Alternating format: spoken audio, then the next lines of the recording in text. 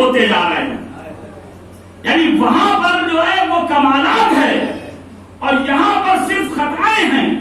تو جب آپ نماز پڑھتے ہیں تو وہ کچھ خطائیں کم ہوتی ہے تو اس کمالات کی طرف آپ جاتے ہیں.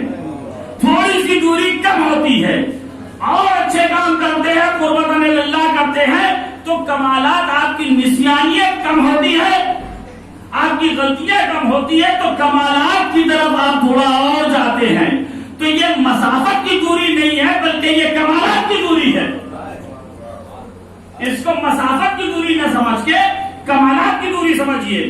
تو اب جسے بھیجا جا رہا ہے اور یہاں پر مسافت کی دوری نہ ہو کر دوری ہے کمالات کی, تو یہ بتائیے کہ جو بھیجا جاتا ہے وہ کہاں بیٹھا ہوگا؟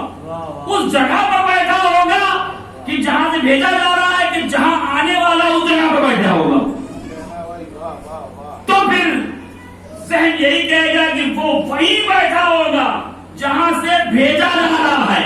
یعنی جو بیٹھا ہوا ہے وہ کمالات کے اعلیٰ درجے اعلیٰ مقام پر بیٹھا ہوا ہے, تب تو بھیجا جا رہا ہے وہاں سے. اور اگر یہیں پر بیٹھا رہتا تو پھر بھیجنے کا سوال نہیں اٹھتا.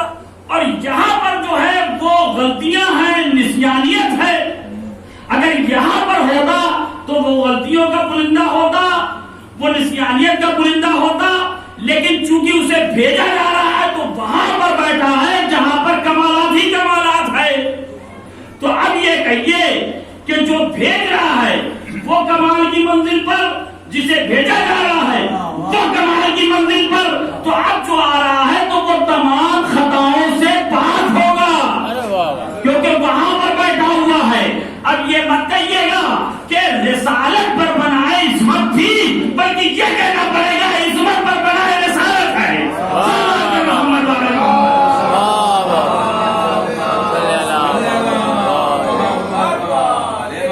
بابا سے بلند صلوات.